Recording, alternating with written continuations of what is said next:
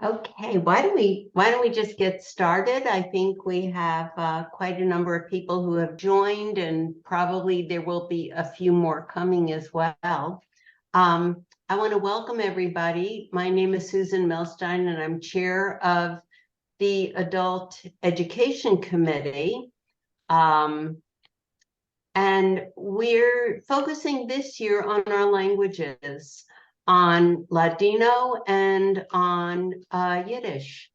So we have, this is our first program of this series. We have some Yiddish programs coming up, and then we're going to round out in the springtime with a couple more programs focusing on Ladino and Sephardic culture. So I don't want to take up too much time here at the beginning. I want to leave lots of time for our guests.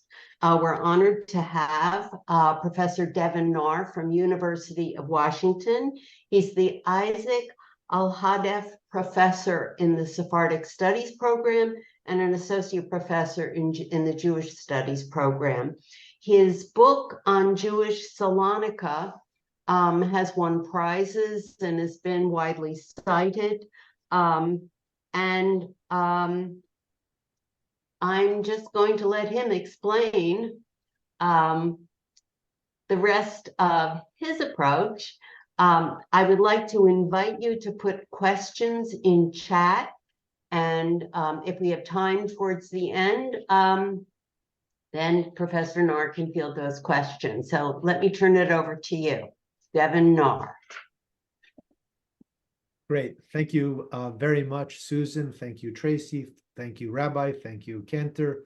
It's very nice to be there virtually, at least with you in Portland. I'm only a few hours away from you in Seattle. And I should also add that it's very nice to see a couple of very well-known Sephardic surnames among the participants here. So I'm very happy to be with you and have the opportunity to, it sounds like, kick off your conversation this year around Jewish languages, and to share with you a little bit about Yiddish's lesser known sibling, Ladino. And so I'm going to go ahead and share my screen, and let's see if this works.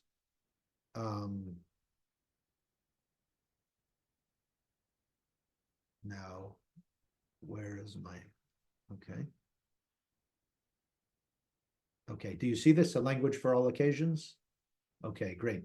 Which is the theme that I want to speak to you about, because Ladino, like Yiddish, like all the diasporic Jewish languages, once functioned, and in some cases still do, as the language for all possible modes of communication.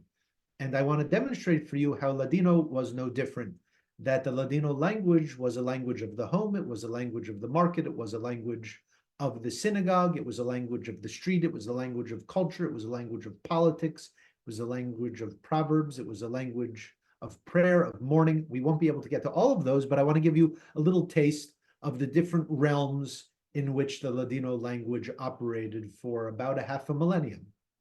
And I want to begin by explaining to you some of the unique aspects of Ladino, and we'll get a little bit more into the language and how it was formed. But if we fast forward to the beginning of the 20th century, at the start of World War I, and we land ourselves in the Eastern Mediterranean, in the city of Salonika, what is now known as Thessaloniki in Greece today, where it's the second largest city in Greece. And about 100 years ago, one half of the entire population of this Ottoman city were Sephardic Jews who spoke the Ladino language. But it wasn't only the Sephardic Jews who became accustomed and familiar with the Ladino language because they were so predominant in the city. Pretty much everybody else also had to learn this Jewish language, which also incorporated linguistic elements from all of the neighboring languages as well, that rendered it, in the words of one of the local teachers and historians, Joseph Nehama, it transformed Ladino into kind of an organic Esperanto. So he writes, on the eve of the war that Ladino operates in the city in Salonika as a kind of Esperanto, that the Greek, the Turk, the Albanian, the Bulgarian, the stranger, jabber, the Turkish train conductor, the waiter at the Greek cafe, the Roma bootblack, all call to you in the language of Cervantes. Now, why was it called the language of Cervantes? In order to understand this, we need to go back in time to 1492, which of course we know Columbus sailed the ocean blue, and the conquest and dispossession of the indigenous peoples of the Americas began. What is maybe less known is that Columbus's voyages were in part funded by resources that were confiscated by Ferdinand and Isabella from the Jews when they were exiled in order to fund that expedition. When Jews are expelled from Spain, they go and disperse in many different directions, but the largest portion ultimately head eastward across the Mediterranean world and settle in what was then the Ottoman Empire. And you can see the Ottoman Empire here in the yellow. So parts of North Africa, the Balkans, Turkey, and into the Middle East, including today Israel. And this is the expanse of the Ottoman Empire, and it is to this region that the largest portion of the Sephardic Jews settled. When they arrived in the Ottoman Empire, they were in some ways welcomed. They were able to establish their own communities, they were able to practice their own religion, and they were able to develop their own language in recognition that the empire was organized according to the principles of Islam, and they had to pay a special tax, essentially, in order to have the opportunities for self-government and self-rule. The major centers of Sephardic Jewish life that emerged included the city of Salonika that I mentioned, Istanbul, which was the capital of the Ottoman Empire, Edirne over here, and a variety of other towns like Izmir on the Aegean coast, the island of Rhodes right here, which is today in Greece, but from the coast of Rhodes, you can actually see mainland Turkey. And for those of you familiar a little bit with the Jewish and Sephardic history of the Pacific Northwest, it's from the island of Rhodes and from towns around Istanbul that the founding members of the Sephardic communities of Seattle and Portland wound up coming in the beginning of the 20th century. Now, there's sort of a debate among scholars over when Ladino really begins. Some say it was a language that already emerged before 1492, a Jewish variety of the local language of the Iberian Peninsula, but others argue that the language that we would call Ladino really is a language that emerges after 1492, when the Jews from Castilla, who are speaking a Jewish variety of Castilian, and those from Leon, who are speaking a Jewish variety of Leon, and all of the other provinces and kingdoms of the empire, they meet for the first time in the Ottoman Empire, and those different Iberian languages are merged together along with elements from other languages, including not only Portuguese, but also Hebrew, Arabic, and then languages of the surrounding environment in the Eastern Mediterranean, including Turkish, Greek, Italian, and French. The connection to Spain, however, was not immediately wiped away, but rather a certain kind of memory was preserved in the folk culture of the Sephardic Jews after they had been expelled. And here I want to play for you a very famous Ladino folk song called Tierras Ajenas, Foreign Lands.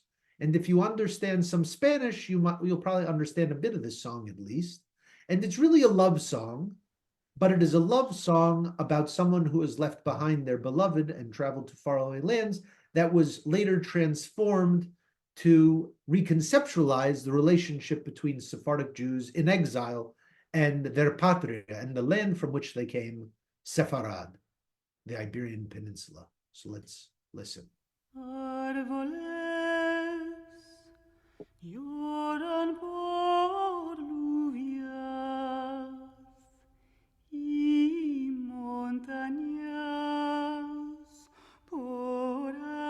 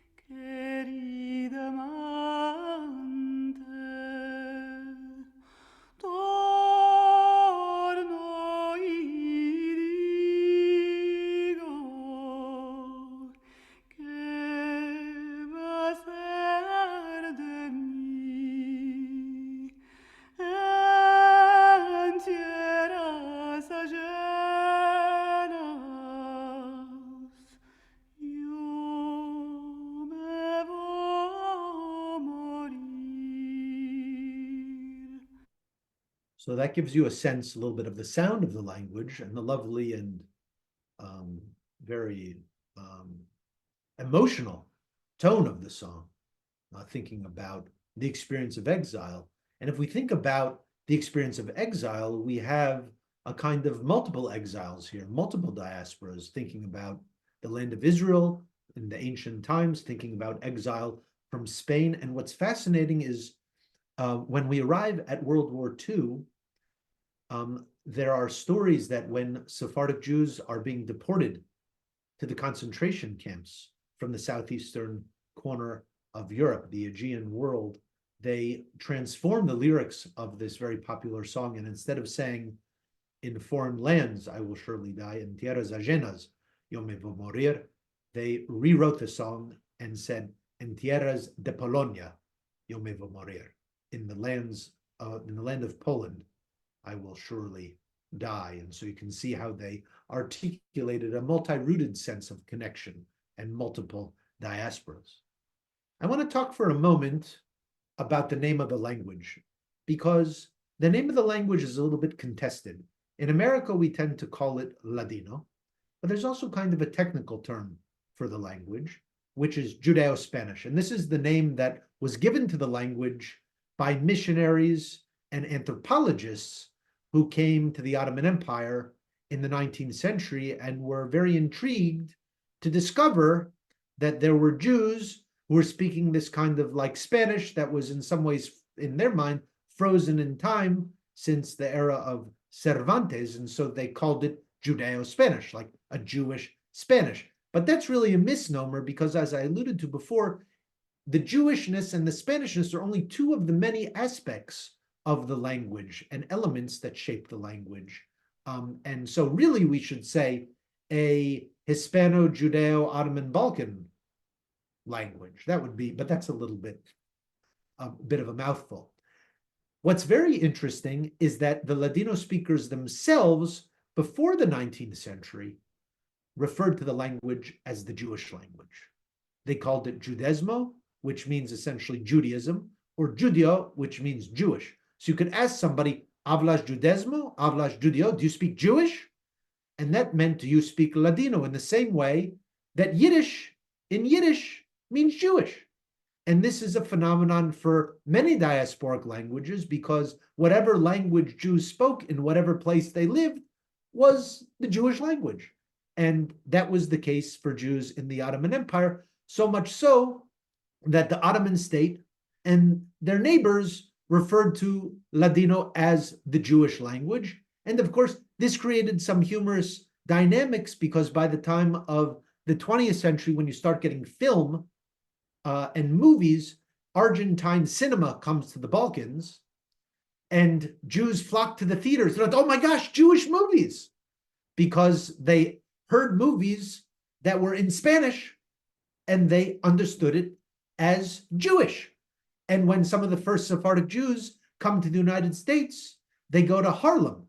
And when Puerto Ricans start coming to the continental United States during World War I, they discover that there are already Spanish speakers in New York City, so they go to Harlem. And it's very little known, but one of the roots of Spanish Harlem is actually the presence of Ladino-speaking Jews. So when Puerto Ricans wind up in Harlem, some of the Sephardic Jews are like, look at all these Jews coming to Harlem.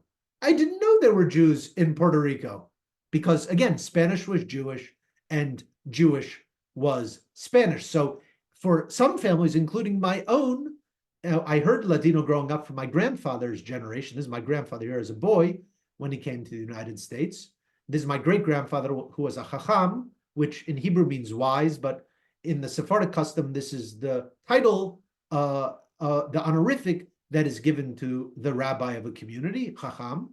And Rubisa, as my great-grandfather, is the Rebbitzin, the rabbi's wife. It's called that title is a Rubisa. And you can see actually here the different clothing styles reflecting the different generations and the intersection between the Ottoman world and the European styles that are at play. This is actually the family's visa photo to come to the United States. And when I was growing up, they called the language Spanish. This is our Spanish. But I remember when I saw it written down for the first time, when I started to become more curious, and one of my great uncles showed me this letter here, and he said, "Look, this is Spanish." And I remember looking at this, you gotta be kidding me. I was about 18, 19 years old. You gotta be kidding me. That's not Spanish. He says, no, that's Spanish. That's how we used to write it. And I said, well, can you read it? He said, no, but he couldn't read it. He couldn't remember how to read it. This was my great uncle. And I couldn't find anybody in the family who knew how to read it. And I was a freshman in college at the time. And I went to the Jewish studies department. I said, hey, can you help me read this? I said, no, I don't know what that is. I've never seen that kind of script before. And I went to a rabbi. The rabbi looks at it. He says, I don't know. That doesn't look like a Jewish document. It looks like Arabic. Maybe you're Muslim and you're not Jewish. I said, well, I'm pretty sure that I'm Jewish. And let's get a little closer look at the script here. Okay. Does anybody know the Hebrew alphabet here? I'm sure some of you do. Anybody want to unmute yourself or type in what letter you think this first one is here? Go ahead, take a guess. Zion. Zion, yeah, that's what you'd like to think, probably. This is a pay. This is pay. This one you're going to know. This one is a vav. How about this third one? Shin. Exactly what one would think, but it is a resh. It's a resh. So I couldn't find anybody to help me. So I went to the library and I found an old book of Hebrew scripts, and they had a little chart that said Sephardic Hebrew cursive, which is called Solitreo. And I sat down and I started to decipher my family letters. And that was one of the things that led me to this career path that I chose, because once I had cracked the code, I became very involved in trying to understand the larger world and context from which the family came. Now, one of the key You found the Rosetta Stone. Yeah, exactly. So one of the key letters here is this one here. Anybody know what letter this one is? You can see it here a few times. Or tell me what letter you want it to be. Desperately want it to be a lamed. You want it to be a lamed, yes. Desperately want it to be. Yes, yes, but it's an aleph. It's an aleph, which is like the Arabic alif, which is this vertical kind of curvy line. So this is the beginning of the letter. Por mis queridos parientes, caro papá. And this was a letter written by one of my grandfather's brothers to my great-grandfather from Salonika to the United States. And it was a request in 1938 to help them get a visa to come to the United States, which because of immigration restriction did not materialize. And my great uncle and my great aunt and their two children, unfortunately, could not get out of the country, and they were deported to their deaths in Polonia, in Poland, at Auschwitz. So let me give you a taste, before we get to the end of the language, I want to give you a little bit of taste of how the language works and the cultural productivity and creativity that existed in Ladino over the generations. So Ladino is a culture and a language very rich in proverbs or set phrases, which are known in Ladino as refranes. So if you know Spanish, you'll probably be able, and I've rendered the text here for you in Latin letters, in English letters, so it's a little bit easier to comprehend. Cuando se oscurece es para amanecer. Now this means when it's dark out, because dawn is coming. And this is a statement you would say, if it seems like things are tough, well, remember, there's a new dawn ahead of us, so it's a call for a bit of optimism. What you'll get in some of these other refranes here is a sense not only of the language and the multiple linguistic influences on it, but also a sense of the mind, how the culture works. So this is a refran. Does anybody here know Spanish, by the way, a little bit, or maybe even some Ladino? Maybe some of you coming from Sephardic backgrounds are a little bit familiar. I definitely do. Pardon me? Yes, I definitely do. Oh, great. Fantastic. Okay. So, se levantan los pepinos y aharvan los pachavanes. So if you know Spanish, you'll be able to understand the words other than the ones that are underlined. Cucumbers. Pardon me? Those cucumbers. Yes. So what are the cucumbers doing? These are the pepinos. And they hit. Ah, yes. Yes, that's right. Yes. So you know Ladino, in fact, Maureen, it sounds like. Yes. So the pepinos rise up, and this is a harvar, which comes from the Hebrew word cherev. Lo yisagoy el goy cherev. So it means in Ladino to hit or to beat or to attack. So now we're getting into interesting terrain. So we're talking about the cucumbers are rising up and they are attacking and this is a Turkish word, bakshavanes, which means farmers. Right. So now you know what the expression means. The cucumbers are rising up and they're beating the farmers. Now you tell me what that means. I mean, you know what it literally means, but what does it mean? Anybody know? I don't know that one. It's like the peons are uprising against the people in charge kind of That's thing. exactly right. So this is a refrain that you would use when a student talks back to the teacher or a child tells the parent they know what's right and the parent doesn't know what's going on. It's a universal problem. I have this with my 8-year-old and 5-year-old. So I know very well. It's like the cucumbers are attacking the farmers. Okay. So that gives you a sense, but you have a Ladino refrain with Hebrew origin word and a Turkish origin word. Now we've got another set of language influences here. Son gente de Piron. And this gente is Italian, Yeah. and Piron is of Greek origin. Anybody know what this might mean? The fork? Yes, the Piron is a fork. Very good. And that's a Greek word meaning fork. And gente is Italian meaning people. So we're talking about here the people of the fork. You say, wow, this is a little bit cryptic. So who are the people of the fork? People. Pardon? They are wealthy people. It's wealthy people because back in the day, you had a bowl and a spoon, and only if you could afford it would you have a fork. So that idea continued to be expressed into modern times. So you would say euphemistically, oh, they're son gente de Piron. These are the upper class kind of folks. The gente de Piron. And here we have another really nice one where we have arova pitas. Pitas comes from Arabic. And we have Hebrew again. You probably know what a mezuzah is, or as maybe among the Ashkenazim, they say mezuzah, but among the Sephardim, it's mezuzah. So arova pitas beza mezuzah, which means stealing pita bread and kissing the mezuzah. And this is a very nice way to describe what kind of person. A hypocrite. Exactly. So they do not have the word hypocrite, but they have the concept, which is a pita stealer and the mezuzah kisser. That's a hypocrite. Okay. And now we got a little bit of a colorful one for you. I hope you don't mind. Afilu, you know this from Pesach, probably. Afilu pa'amechad, afilu el chacham, you know what chacham is now, because I taught you that. A chacham is a rabbi. And selavanta, you know, from the Pepinos one. Under, su. Under Jubei is a Turkish word, and this apologies to our chacham with us, the rabbi here, but it's under the robe.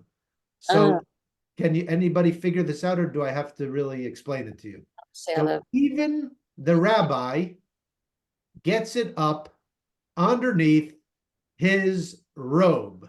Oh. Which means what? You got it. Rabbis are people too. Bravo. Watch you so closely. Sure. Rabbis are people too. There's no infallibility of the Pope we have in Judaism. So rabbis, they're people. We respect them, but we still have proverbs to sometimes poke fun of them. And that's one of the things that the proverbs were very powerful in the way that they could communicate and speak about taboo topics in a way that you couldn't just have a conversation. You couldn't just go around criticizing the rabbi, but this was a way to express it in terms that were comprehensible to everybody. Okay. Isn't Jubei Italian? Jubei is Turkish. Jubei is Turkish. Well, the thing is like in Pagliacci, it's vesti la juba. Yeah. on the cost. Well, there is some Ottoman and Turkish influence in the Italian context, especially in places like so that it may Yeah. come through there. That's interesting. I didn't know that. I'll have to look in that a Yeah, little bit. well, if you listen to Pagliacci, it's Vesti la Ju, where, he wears a costume. Very nice. Very interesting. Oh, Okay, you have to look wow, into you're that. right. So I want to get into a little bit of the cultural productivity of the Sephardic Jews in the generations after the expulsion. And really the beginning of Ladino literature, in a certain sense, comes in the 18th century with a very important religious commentary on the Torah written in Ladino called Me'am Lo Ez. And it has a Hebrew title. It means from a foreign tongue or a foreign people.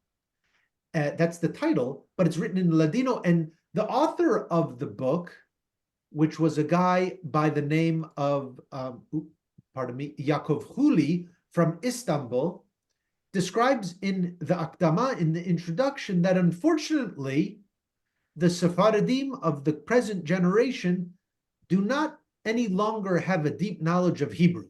And this was true for all diasporic communities. He says they cannot read the Torah on their own. They cannot read Talmud on their own. They cannot read Shulchan Aruch, which is the Jewish code of law, which was created in the Ottoman Empire some generations before, after the expulsion from Spain, and widely adopted by Jewish communities all over the world.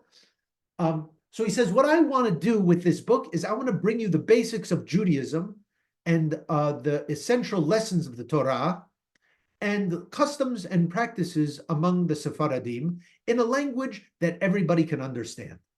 And that was the Ladino language. And so he brings a commentary on Bereshit, on the book of Genesis, and he begins a tradition of Ladino commentary on the Torah that continues among his disciples and their disciples for 170 years, writing commentaries on all the books of the Torah in the Ladino language. And in the process, what's fascinating, this language that was recognized at the beginning as a language of a foreign nation, the Spanish language, becomes completely domesticated and completely Judaized, so much so that later in the 18th century, what had been a foreign language is now understood as Judezmo, as a Jewish language. So you can see the transformation, the status of the language, and also the beginning of cultural productivity. But there's another interesting outside influence that will provoke additional cultural productivity in the Ladino language, and that comes from the missionaries. And missionaries become entering into the Ottoman Empire in the beginning of the 19th century. And that's actually the first Americans to go to the Middle East, to go to Jerusalem, are Protestant missionaries coming from Boston. And why did they go? They come from Boston, they come from London, they come from Edinburgh. They have come to the Ottoman Empire, and they go to Ottoman Palestine, to Jerusalem, with a specific mission, which is to convert the Jews. They go to convert the Jews. And it's fascinating, if you read the memoirs of the first Americans in the Ottoman Empire, they all talk about the first thing that they try to do when they arrive is to learn Ladino, because the Jews of the Ottoman Empire, including Jerusalem, were speaking Ladino at the time. And you have can you imagine these Protestant folks going to the Muslim world, trying to learn Spanish written in Hebrew letters? And they complain about it, this is not so easy, really. And but this becomes the first contact between Americans and the Middle East. And the Ladino language plays an important role. And so you have these fascinating early translations of the New Testament, the island of Corfu into Ladino, a Ladino concordance in a Ladino Hebrew concordance. And what you have here in Solitreo is a refutation of the translation that the missionaries offered of a certain passage. And what this person is complaining about here is that they've given a Christian interpretation of a passage from the book of Psalms, where they translated ka'ari, which to mean that Jesus, his hands were pierced, but rather than what they understood it to mean was like a lion, ka'ari, ke'ari.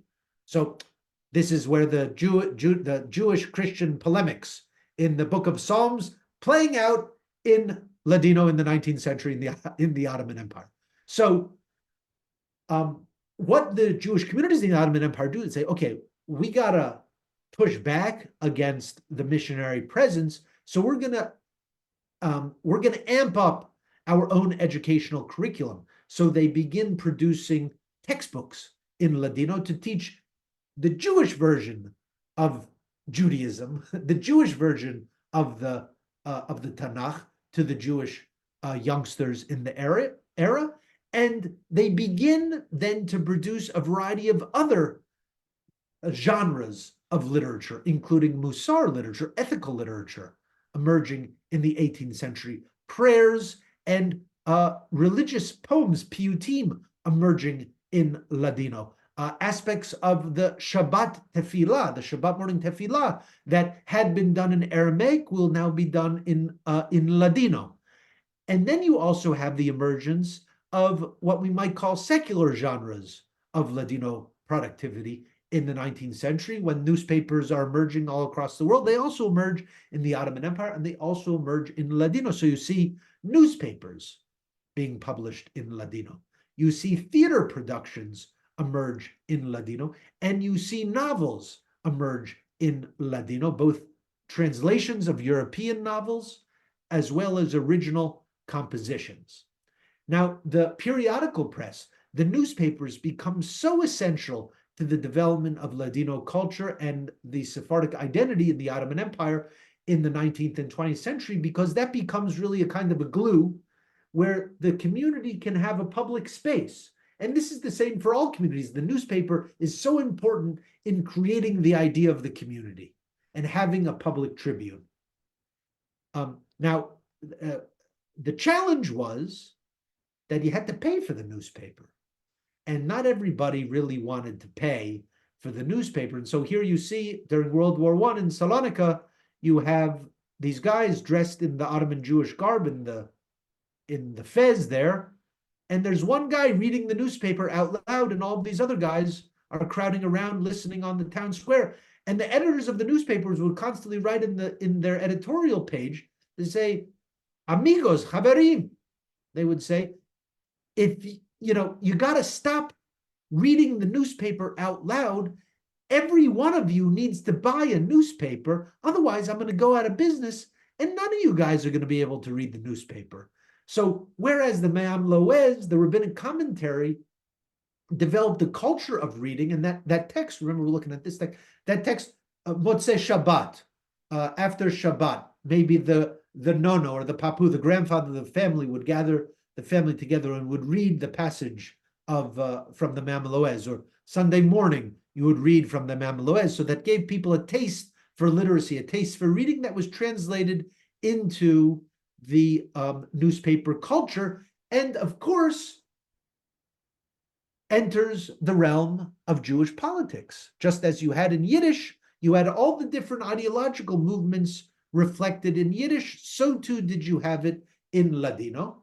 And of course, you have another refrain, another proverb, which also exists in English, dos Judeos, tres keilot, 2 Jews, 3 synagogues. It's like 2 Jews, 3 opinions, essentially. Or it's, there's the synagogue that I go to and the synagogue I would never set foot in. The guy who's on an island all by himself and he builds 2 synagogues. So it's that kind of thing, but it's reflected also in the Ladino newspaper publishing in the 20th century. So Salonika, which I mentioned, was home to the largest of the Ladino-speaking communities. It had no fewer than 10 Jewish political parties and dozens of Ladino newspapers. And these newspapers included news, included editorials, included discussion, debate, serialized fiction, news from the Telegraph, national news, international Jewish news.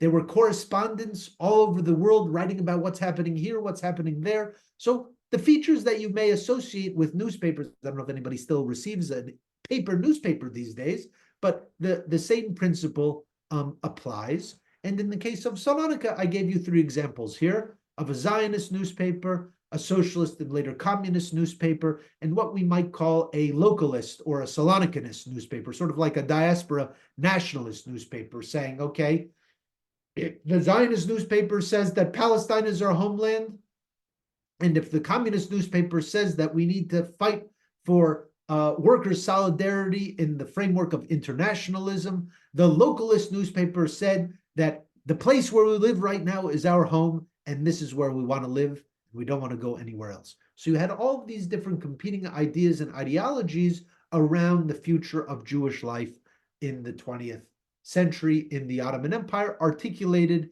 in Ladino. We also see literary productivity emerge, and the first wave of literary productivity involves translation or adaptation of famous European works into Ladino. So you can find Shakespeare in Ladino. You can find the plays of Molière in Ladino. You can find Herzl in Ladino. You can find the Communist Manifesto translated into Ladino. So all of the world literature was entering into Ladino. And I brought you here a little passage from Swift's Gulliver's Travels. And here you get a really good sense of how the works were not only translated, but really adapted and adjusted to suit literally the tastes of the local population. So if you, I don't know if you remember Gulliver's Travels, but he's on the voyage, he gets out and he winds up on this grassy area and he winds up sleeping. And here is how it is described in the Ladino version. La fatiga, la calor y una buena cantidad de raqui que yo había bebido antes de salir de la nave me roncaron al sueño y yo me expandí sobre la hierba y dormí mientras 9 horas. So the exhaustion, the heat, and a good quantity of raqui. Does anybody know what raqui is? It's an anise-based aperitif, like ouzo. It's called arak in Arabic. It's called rakah in Turkish. So he drinks raqui, and that made him very sleepy. And he got on the grass, he stretched down on the grass, and he slept for 9 hours. Does anybody remember what Gulliver drinks in the English original version of Gulliver's Travels? It ain't raqui, that's for sure. And what I'm showing to you here is the way in which they adapted the novel to make it make sense for the local culture and the local context. Say, okay, somebody's drinking on a ship, well, it's going to be raqui. And so that's what they did in a way to familiarize, to domesticate a foreign literature into the Ladino context. You can see something similar happening, the desire to bring stories to the public in Ladino. And one of the most famous Ladino novelists of all time is this guy here, Elia Carmona.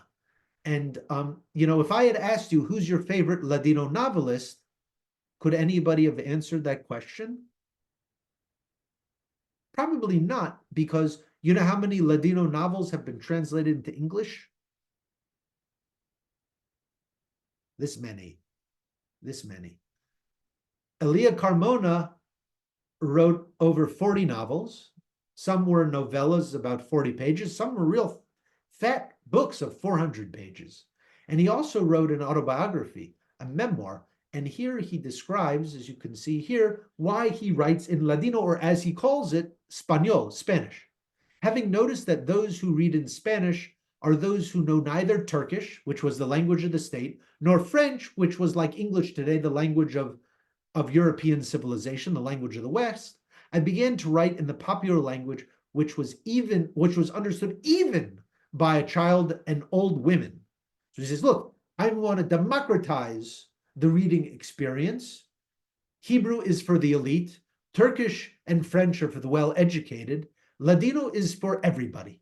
Ladino is the language of the people, and this becomes one of the justifications for him to write all the things that he does in Ladino, okay? But the language was not contained only within the Jewish sphere, but we can also see it as a language of the neighbors. And here in Izmir, which is in Turkey today, we have a fascinating example of a lottery ticket to support a Jewish orphanage in Izmir from 1874. Now, what's fascinating about this lottery ticket is that it is written in Ladino in the center here. It says Loteria, okay? Por beneficio de huérfanos y israelitas, for the benefit of Jewish orphans. But it's not only in Ladino. Here you have it in Ottoman Turkish, written in Arabic script. And you see what they're doing here. This takes up the second most space because they're paying homage to the state. Say, look, we live in the Ottoman Empire, recognize the Turkish language, and then the language of their neighbors, Greek here and Armenian here, and then French, the language of European society. And so the expectation was that members from all of the communities, not only the Jewish community, would be there to support the Jewish orphanage, to work together across confessional and ethnic and linguistic lines. And here in Salonika again, I found a very fascinating business card in the archives of the Jewish community of Salonika, which was for a public notary who is Greek. And he writes, and he obviously had Jewish clientele. And he has a business card in Ladino. And if you notice that some of the big text here is written in Meruba and block type, but the body of the texts here are written in Rashi, in rabbinic type. And so this became an important way. When you glanced at a text, you could tell, okay, are we looking at something in Hebrew? We're looking at something in Ladino. If it's mostly in Rashi script, that was a way for you to know that you're dealing with something in the Ladino language. The Ladino language also became a language of revolution. Now, what's fascinating is just before World War I, the Ottoman Empire introduced a constitution into the entire Middle East. And the revolution that brought the constitution and overthrew the Sultan was orchestrated from Salonika. And you can see here at Liberty Square in Salonika, a Ottoman citizen here, a male Ottoman citizen, wearing the fez. He's got the mustache. He's got a Turkish flag here, but all the languages of the empire are reflected. This was an environment in which, in order to be a good Ottoman citizen, you didn't necessarily have to assimilate, but you had to develop your own distinctive culture. So they had a different understanding of citizenship and national belonging here.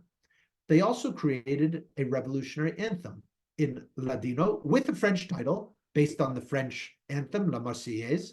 And it says here in Ottoman Turkish, in Arabic script, Yaşasın millet, long live the nation, by which they meant the nation comprised of Jews, Christians, and Muslims. It's a fascinating concept that maybe is even difficult for us to fathom today, but this was the call to liberty, and here is how the anthem went.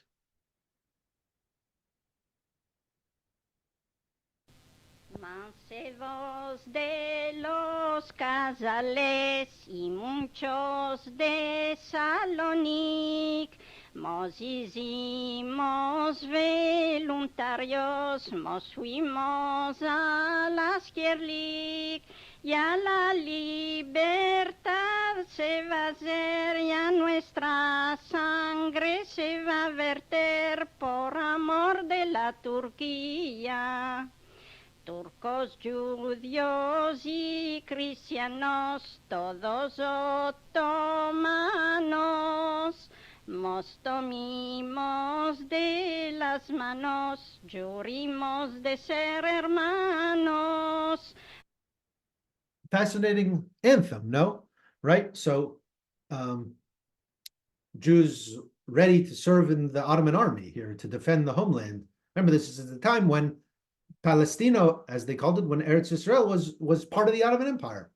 And they felt part of that environment, and they wanted to develop a sense of the future where everybody could be together in this shared homeland as brothers. Now, World War I essentially destroyed this view and this vision, and the Ottoman Empire would come crumbling down.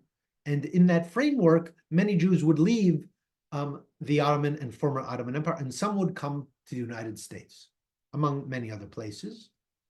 And one of the most fascinating documents I came across in Seattle was essentially a guide for Sephardic Jews coming to America.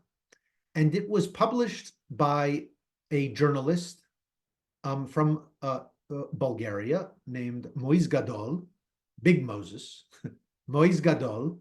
And what's fascinating about Moise Gadol is in his guide for Sephardic immigrants, well, it's interesting, what do you see on the inside front cover here is an advertisement for records, phonographs. And he says, you know, you're coming to a foreign country, well, you might want to have something that will make you feel comfortable and feel like you're back at home. And so you could buy phonographs and you could buy the records with cantes en todas las lenguas, with songs in all the languages. What are all the languages of relevance to Sephardic Jews coming from the Ottoman Empire? Espanol, by which it means a Ladino, Turco, Turkish, Grego, Greek, Arabo, Arabic, etc. But you know, this is the language environment that they are inhabiting, right? It was a multilinguistic world, and many of the Sephardic families that came to the United States would have records in all of these languages, and they would play them and they would sing them, okay?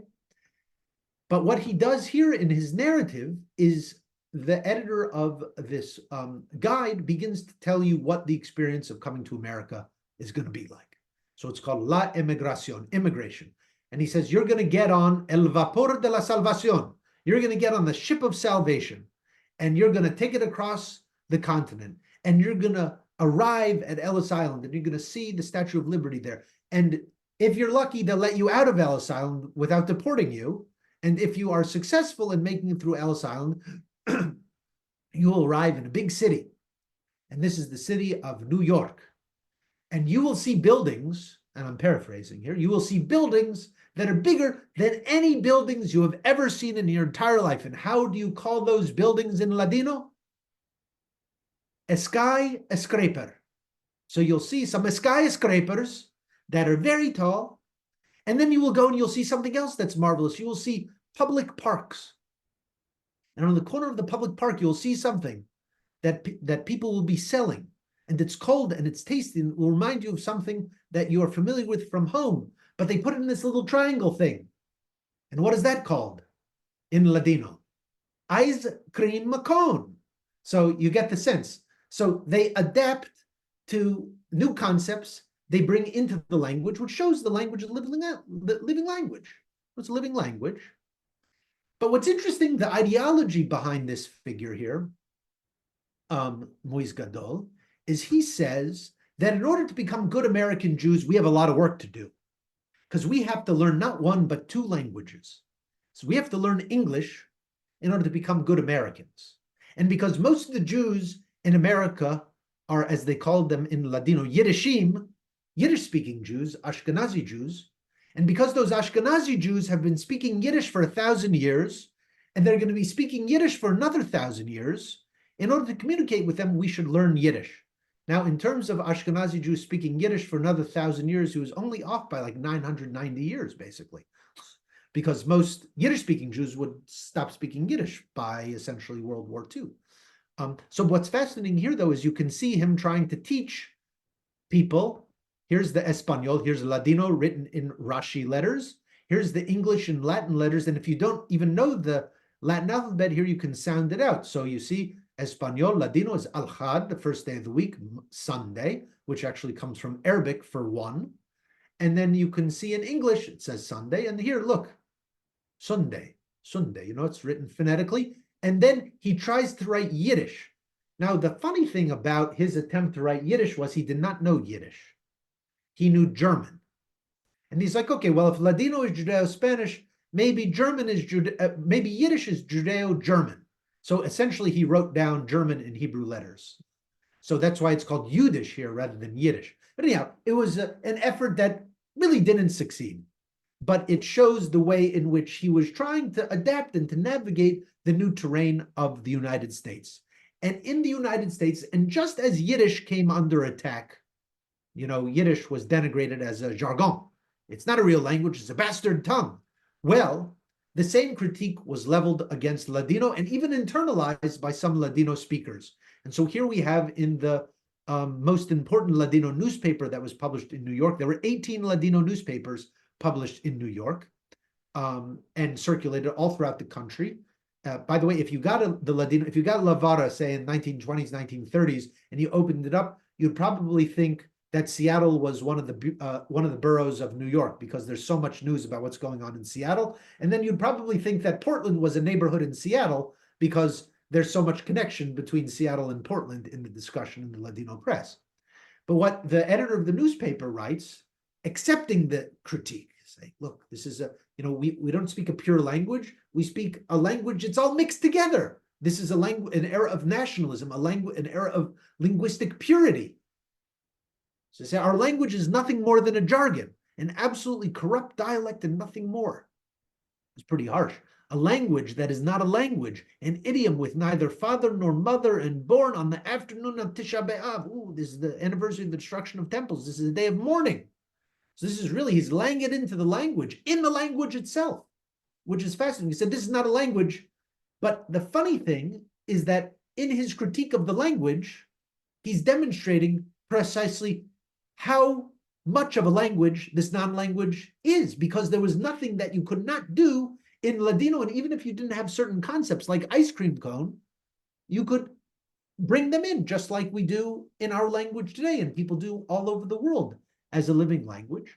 But there were also defenders of the language, of the Ladino language. And here back in Salonika in the 30s, you can see a really nice example of that, in which one of the editors writes, let those who say our language is impoverished eat crap. Literally it says halva, but halva was cheaper than bread in this part of the world. And so if you had some halva, it's like, that's the poor man's food. So eat, it's like, I don't appreciate those who are saying that Ladino is not a real language. Is there a language richer than ours, which borrows from every possible language? He says, look, the mixity of the language is our strength. To tell someone, be quiet, in how many languages can we tell it to him? Shetika, Hebrew, silence, French, mudera, curtu, sopa, Spanish, Bulgarian, Italian, piedrelamos, Spanish again, sus, Turkish. And this is the rejoinder to the kind of commentary that we saw in the previous one, a defense of the language.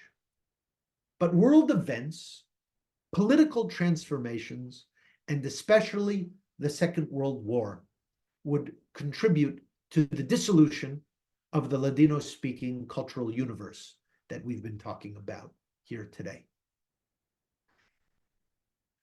The Ladino language then became also a language of mourning, a language of memory, a language of tragedy. A gentleman from Salonika who was deported to Auschwitz, along with almost all the Jews of Salonika, almost all the Jews of Rhodes. The Jews of Sarajevo were sent yet to another concentration camp. Many of the Ladino-speaking Jews were decimated. So it's not only Yiddish that was almost wiped out with the Holocaust. Ladino was dramatically impacted. And we can see in the song, a poem of a survivor, David Chaim from Salonika, a sense of how he uses the language and what his desires are. He wrote this song while imprisoned in Auschwitz, having been deported there in 1943. I'll try to render it for you. 7 días encerrados en vagones de behemas. Una vez a los 3 días nos quitaban airear. Madre mía, mi querida, ya tuvites el zehud de morirte en tus tierras y no pasates por el olud. Padre mío, mi querido, ¿quién te lo iba a decir? Que vinieras con tu hermano al crematorio de Auschwitz. Padre y madre, hermano y hermanicas, saliendo todos reyagis a él, patrón del mundo, que envíe salud a mí, que me quite de estos campos para vos echar Kadish, que me quite de estos campos para vos echar Kadish. Now, what I find so powerful about this song, what is the motivation to survive?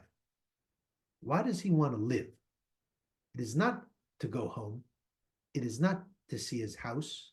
It is not to see his friends. It is not to see his stuff. It is not to walk the streets of his youth. It is only to be able to say the Kaddish, or the Kaddish, instead of the Kaddish among the Sephardim. It's very powerful, I find, very powerful and resonant. It's the Holocaust that would contribute to the decimation of Ladino culture. It is also in the new countries in which Sephardic Jews are living, like in the United States, the American-born generation wanting to become American, wanting to be integrated, wanting to remove the stigma of being an immigrant community. And in the land of Israel, which would be established, to enter into the new Hebrew culture, to negate the diaspora, to remove Ladino, Yiddish, Arabic as the languages of the Jews and replace it with Hebrew. And in Lavara, again in New York, we see a final cry. The last Ladino newspaper published anywhere in the world in Hebrew letters was published in New York City, and it lasted only until 1948, the end of the war, the creation of the State of Israel. We have a fascinating call that comes in the newspaper. It is clear that if we want to preserve the Sephardic youth so that they continue their interest in the destiny of their people and their devotion to the Jewish national and spiritual traditions, we must turn to the original source of Jewish vitality among the Sephardim. Listen to this, fascinating. The original source of Jewish vitality among the Sephardim, the Ladino language. We must make good use of Ladino to continue the great and noble Sephardic tradition, the customs and rituals of the Sephardim, and above all, to cultivate the solidarity among the Sephardim who today find themselves dispersed to the four corners of the world. It will be of great assistance for the preservation and the progress of Sephardic Judaism in the United States. For a variety of reasons, pressures of assimilation, the desire to remove the stigma of difference. This call fell largely on deaf ears, and the generation born after the war may have grown up hearing the Ladino language, but generally not speaking it. And the connection to the language and familiarity with the language would dissipate more and more over the generations, such that now there are no newborn families, children in the entire world being spoken to in Ladino. It is an incredibly endangered language, but one that has such a rich and vital history and culture, just the taste of which I've been very privileged to share with you this evening. Thank you. So I'm sure there are a lot of questions for you. I want to ask one. You know, in the Yiddish world, we have the Yiddish Book Center, at least here in the United States, and that center has become a repository for all types of publications in Yiddish. Is there something comparable for Ladino? Great question. The closest thing exists at the Sephardic Studies program at the University of Washington, which I've been developing the last 10 years through a grassroots effort to collect Ladino books and texts. We have gathered together more Ladino books at the University of Washington that are available at Harvard University or the Library of Congress. And we have been in the process of digitizing them. And we are in the process of putting them online. So soon enough, you'll be able to see all of the text that I've showed you today, pretty much, will be available through this digital portal. And we're hoping to establish some collaborations with other institutions that have important Ladino collections, like Yeshiva University, for example, in New York, the National Library of Israel in Jerusalem, and other places. There are about 20,000 Yiddish titles that are known to have been published. There are about 4,000 known Ladino titles. If you think about it, well, that makes sense because there are about 14 million Yiddish speakers on the eve of World War II, probably about 500,000 Ladino speakers. So it was really a relatively small community, but one that nonetheless, maybe even you could say, created a disproportionate number of literary publications. And so our hope is to provide access to those texts and eventually some translations so that people will become familiar with the culture and with literary creativity, which Sephardic Jews themselves are not really aware of this history and this culture. And so maybe one day people will be able to not only call to mind Sholem Aleichem, but maybe Aliyah Carmona as well. Rabbi, did you have a question? You had your hand up. No, I was just cheering. Oh. Are there any other questions? Yes, I had asked a question in the chat saying, I wondered, this is Maureen, I'd wondered if dichos and refranes are synonymous. Is that the same thing, just another word? It's a great question. Dichos maybe refranes tend to be a little bit more elaborate. I guess you could say they're like fuller ideas, whereas dichos are like for example, dichos bendichas manos, Right. which is, when you eat, instead of saying bon appetit, you say blessed hands. That's what you say before the meal. And then after the meal, there's a lovely expression that you might say after you say Birkat Hamazon, which you could say in Ladino, which you could recite in Ladino. You could say Mesas de Alegría, which is happy table. Tables. Happy tables. Isn't that lovely? After your meals, happy tables. So these are not refranes that do not necessarily bring a more deep or figurative, a symbolic understanding, like we saw with the cucumbers rising up. That's a little bit more elaborate. And so we have these set phrases that are generally called dichos, and then you have the more elaborate sayings, which are generally called refranes. Great Does question. that mean that dichos are more like idioms and refranes would be more like, what is the word? Yeah.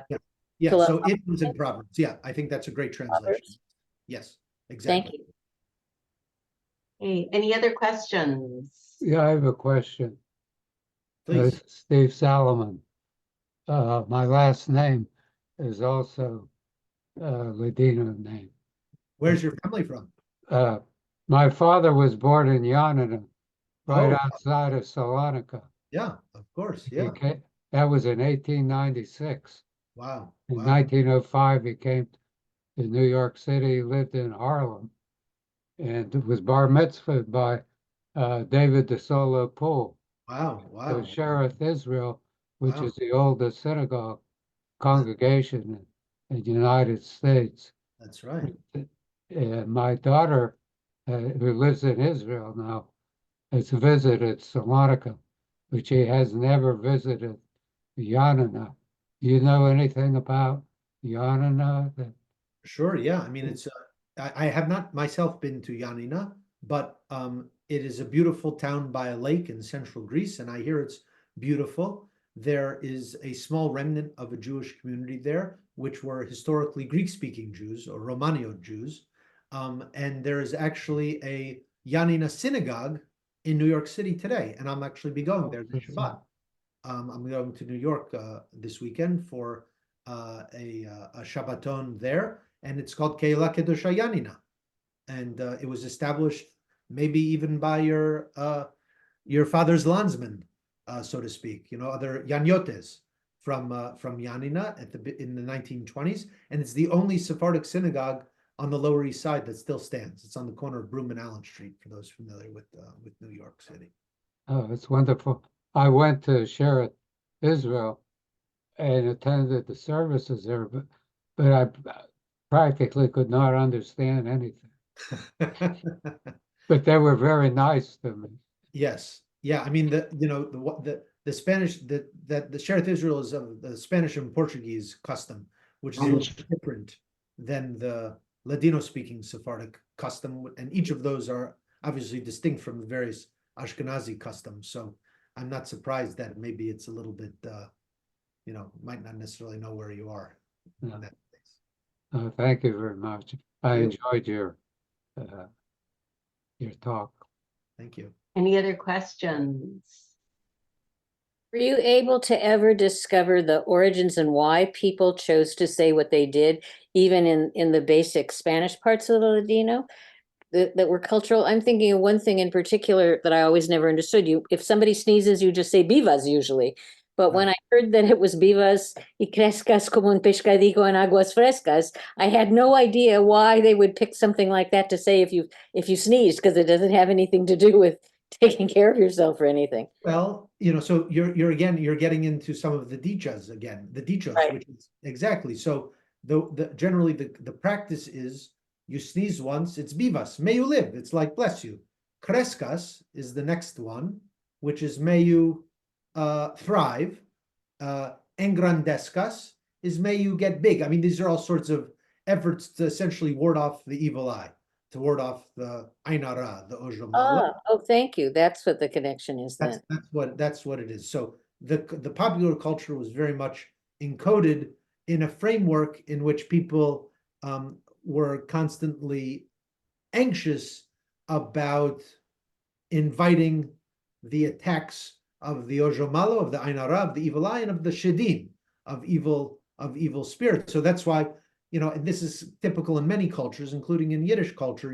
If you see a baby, you say, "Oh, what a cute baby," and you maybe that. This is scared, but you might also say in the Ladino custom, you would say, "Mashallah, mashallah, what a beautiful baby," and this is an invocation of God in Arabic, but this is a way to protect the baby against the evil eye, because how do you cast the evil eye on somebody is by offering a compliment.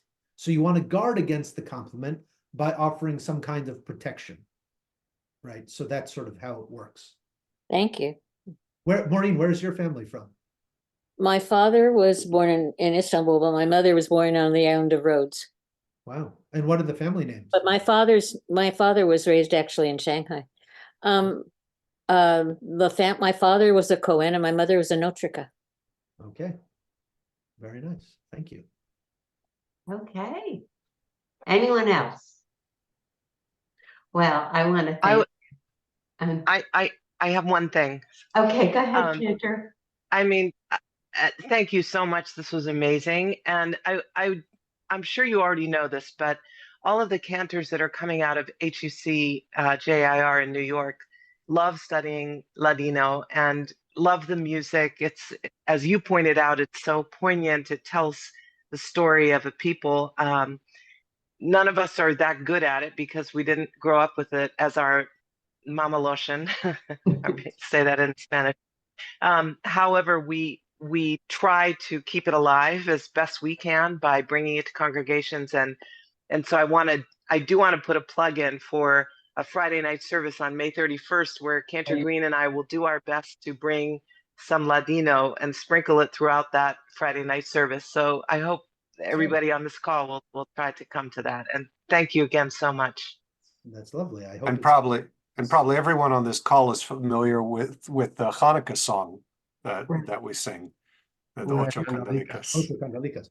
Now that's a great. Do you know Ocho Candelicas? Some people think that this is like a 15th century song, but does anybody know how old Ocho Candelicas is?